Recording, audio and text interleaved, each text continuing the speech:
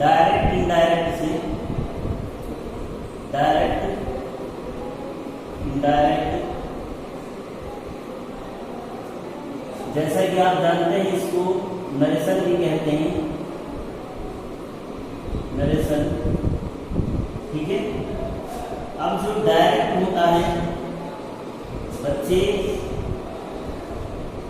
Direct का मतलब होता है प्रत्यक्ष, प्रत्यक्ष कथन। जो बात प्रत्यक्ष रूप से कही गई हो उसे हम लोग डायरेक्ट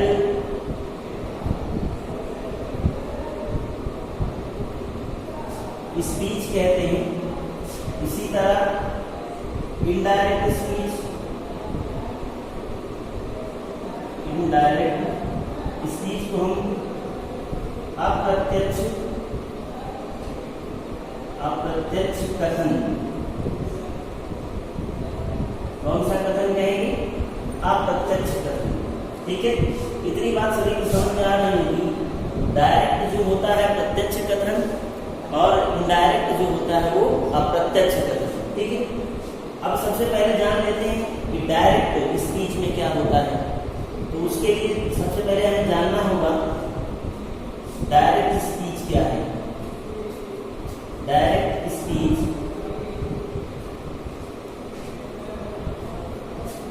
जैसे हमने एक छोटा सा स्पीच लिया, हमने कहा he says to me, comma और inverted comma open,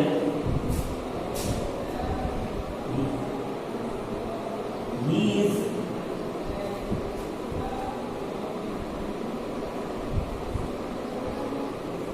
is my brother,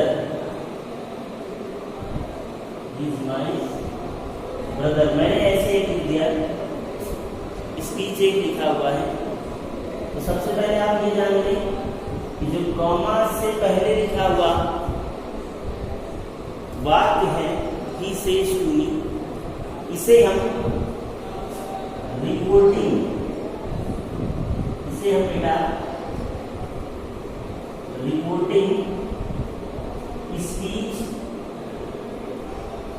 reporting speech या क्लाज,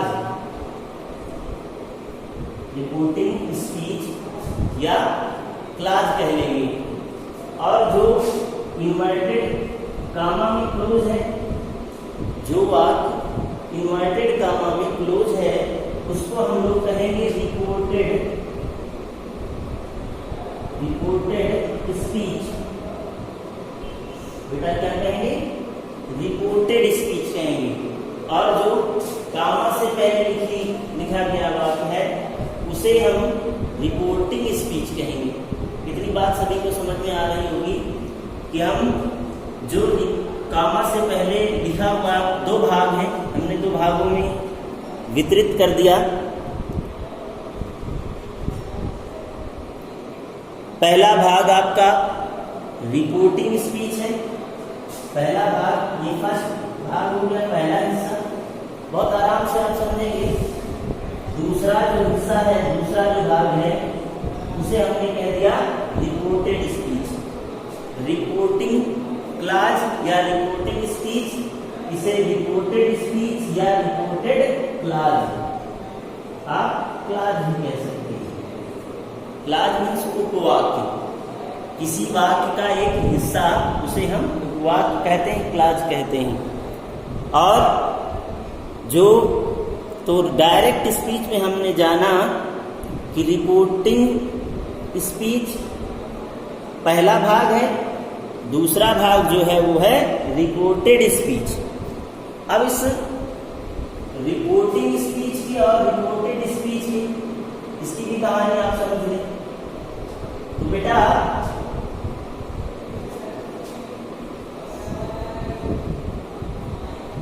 जैसे यहां पर हम पहले चर्चा करने वाले हैं रिपोर्टिंग स्पीच, रिपोर्टिंग स्पीच के बारे में। रिपोर्टिंग स्पीच जो है इसमें हमने इसी से उठा लिया, इस एग्जांपल से। ही सेज टू मी, क्या है बेटा? ही सेज टू मी।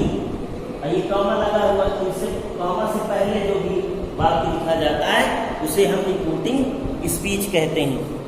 बच्चे अब इसमें एक एक समझते हैं हम।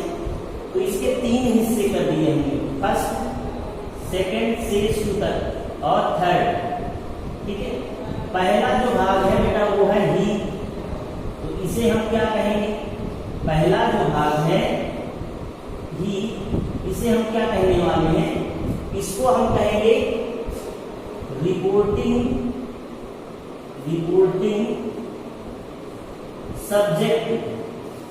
रिपोर्टिंग सब्जेक्ट पहला भाग है जो ही है, जिसे हम कहेंगे रिपोर्टिंग सब्जेक्ट। इसी तरह बेटा और आगे बढ़ते हैं।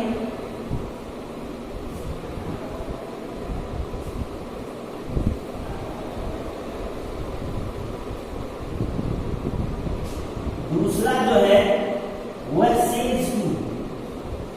सेज टू बच्चे, जो सेज टू है ये क्या है? ये दरअसल रिपोर्टिंग वर्ब,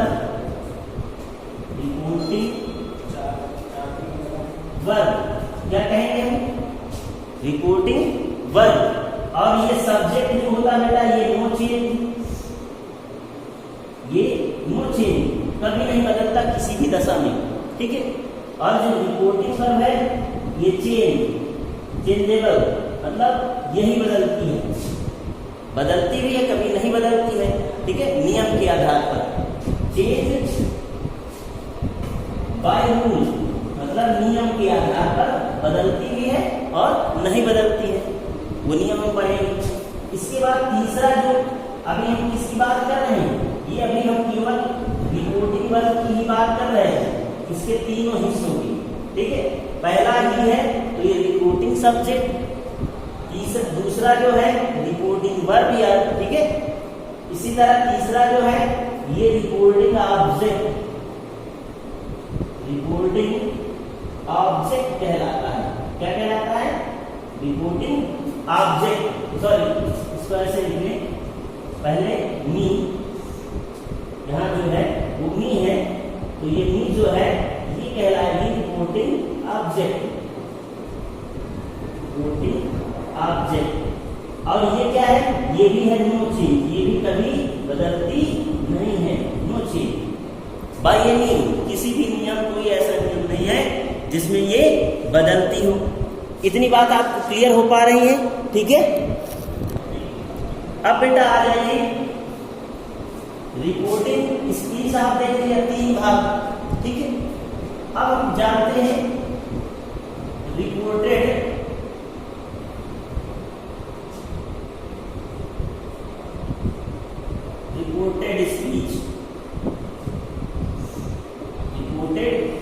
स्पीच।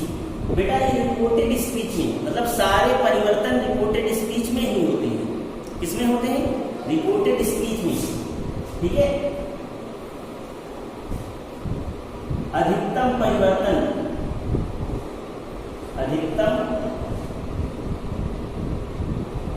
परिवर्तन जो होते हैं, चेंजेस जो होते हैं, वो कहाँ होते हैं? रिपोर्टेड स्पीच में। मैक्सिमम चेंजेस, आप इंग्लिश में लिखना चाहें, मैक्सिमम चेंजेस। ठीक है, जितने अधिकतम, क्योंकि बाय रूल, ये भी आपको याद रखना है, बाय रूल, इसके आधार पर नियमतः अधिकतम परिवर्तन। ठीक है, ये बात समझ में आ गई। अब आपको कैसे इसके आधार पर समझना है? जैसे अब हमने डायरेक्ट एक एग्जाम्पल के जरिए समझने की कोशिश करते हैं। हमने लिखा Ram says, gamma inverted gamma, Ram says gamma inverted gamma, this is a book, this is a book. बहुत छोटा सा हमने एग्जाम्पल दिया है। ठीक है, अब इसमें बेटा क्या करेंगे? देखिएगा कि राम सेज, तो ये राम क्या है? Reporting subject. रिपोर्टिंग वर्ब, लेकिन रिपोर्टिंग ऑब्जेक्ट नहीं दिया हुआ है। जरूरी नहीं है कि हमारे हर एक डायरेक्ट स्पीच में रिपोर्टिंग ऑब्जेक्ट आएगी। बहुत से ऐसे बात होंगे जिनमें रिपोर्टिंग ऑब्जेक्ट नहीं आएंगे, ठीक है।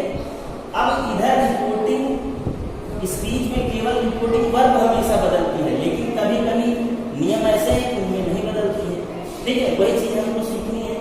अब ये तो बेटा आपका था डायरेक्ट स्पीच, ये आपका हुआ डायरेक्ट स्पीच, ठीक है। अब इनडायरेक्ट इसका बनाएंगे तो ये हो जाएगा राम सेज। अब ये नहीं बदली, रिपोर्टिंग वर्ब नहीं बदली, क्यों? क्योंकि ये तभी बदलती है जब इसके बाद ऑब्जेक्ट होता है।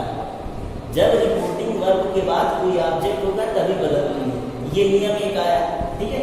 तो कंटेंशन आ जाएगा that this is a book. तो बेटा ये क्या हो गया? इनडायरेक्ट हो गया। इतनी बात समझ में आ रही है सबकी, ठीक है। तो ये इनडायरेक्ट हो गया। अच्छा बेटा, अब ये तो हमने अभी केवल इंट्रोडक्शन लिया। डायरेक्ट स्पीच क्या होती है, what is direct speech and what is indirect speech. अब हम सीखेंगे इसको बनाते कैसे हैं, इसे सीखेंगे कैसे, इसको जानेंगे कैसे। तो बेटा हम इसको 5 प्रकार से सीखने वाले हैं, मतलब 5 तरह के वाक्यों के द्वारा इसको सीखने वाले हैं। तो पहले एक सेंटेंस उठाते हैं, असर्टिव सेंटेंसेस, ठीक है। हम लोग कौन सा सेंटेंस, एक ए नंबर से शुरुआत करेंगे, असर्टिव सेंटेंसेस, असर्टिव सेंटेंसेस। इससे हम लोग आगे बढ़ रहे हैं, इसके माध्यम से नियम से सब हर एक प्रकार के सेंटेंसेस का अलग नियम होगा, ठीक है। असर्टिव है तो उसका अलग होगा, इंट्रोगेटिव है तो उसका अलग होगा, अपडेटिव है तो उसका अलग होगा। हम सबसे पहले असर्टिव सेंटेंसेस सीखेंगे। ये 2 प्रकार के होते हैं, आप जानते हैं, पॉजिटिव और निगेटिव, पॉजिटिव सेंटेंस और निगेटिव सेंटेंस, ठीक है। तो असर्टिव सेंटेंस से हम लोग आगे सीखने वाले हैं बच्चों। अब हम लोग असर्टिव सेंटेंस,